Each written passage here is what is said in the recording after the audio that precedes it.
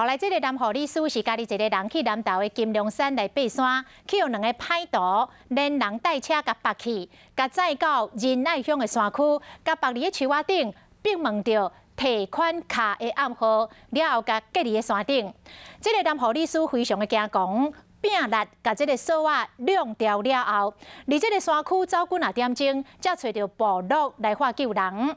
当时来解救到这个男护理师，提水互啉，帮伊偷开到硕大的这个部落的居民，嘛来现身讲当时的状况。突然有一位先生就是很紧张的从我们家的后门求救，说我被绑架了。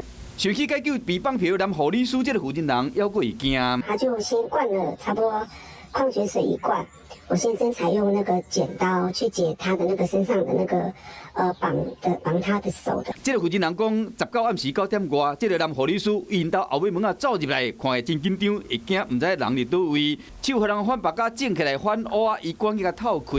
伊甲对方报讲，警察叫你倒位，对方就赶紧去报警啊。他是穿着4角裤，因为他说他在逃命的过程里面他有跌倒，并不知道说他到底逃亡了多久，但是他只有知道说我要找灯。 这个男护理师得救过程真恐怖，伊19到南投出名景点金龙山去爬山，再去11点外伫第2停车场，连人带车互2个歹徒掠去。 身躯有1,400块现金嘛，互人抢去，随来搁被载到仁爱山区，歹徒摕到提款卡密码了后，将伊绑伫树仔顶离开，并且领走口座内面的4万几块。这个男护理师伫下晡3点外亮开了后，为树林内走出来，到暗时9点外才找到人家厝。很惊讶，怎么说？这里平常都没什么人。